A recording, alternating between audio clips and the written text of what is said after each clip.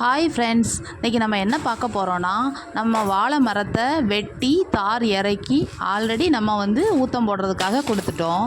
இப்போ வாழை மரத்தை வெட்டி திரும்ப உள்ளே இருந்து தண்டு எடுக்க போகிறோம்.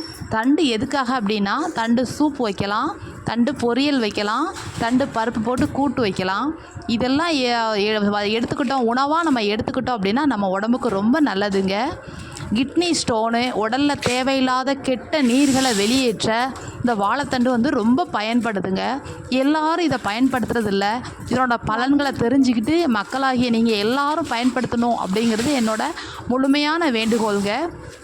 உணவே மருந்துங்கிற ஃபார்முலா மூலமாக நம்ம மருந்தாகவும் உணவாகவும் இதை நம்ம எடுத்துக்கணும் அப்படின்னு நினைக்கிறேங்க. இயற்கை விவசாயத்தை போற்றுவோம், இயற்கை விவசாயத்தை வளர்ப்போம். நாம் இயற்கையோடு ஒன்றி வாழ வேண்டும் நான் ஆசைப்பட்றேங்க.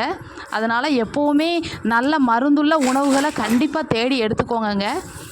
ஆண்களுக்கு இது கண்டிப்பாக சூப் எடுத்து கொடுத்தா உடலுக்கு ரொம்ப ரொம்ப நல்லதுங்க. இது மட்டும் இல்லை, இந்த வாழை மரத்தை வெட்டின பிறகு அதில் தூரில் இருக்கிற இடத்துல தண்ணி ஃபார்ம் ஆகிருக்கும். நான் அடுத்த வீடியோவில் போடுறேன். அந்த தண்ணியும் காலையில் வெறும் வயிற்றில் நம்ம குடித்தோன்னா அதுவும் உடலுக்கு ரொம்ப நல்லதுங்க. அதுவும் ஆண்களுக்கு ரொம்ப ரொம்ப நல்லதுங்க. இதெல்லாம் விலையில்லா மருந்துங்க. இந்த மருந்தெல்லாம் நமக்கு கண் முன்னாடியே இருக்கும், ஆனால் யாருமே பயன்படுத்துறதில்ல. கண்டிப்பாக இதெல்லாம் பயன்படுத்தி பாருங்கள் ஃப்ரெண்ட்ஸ், நம்ம உடம்புக்கு நல்லது.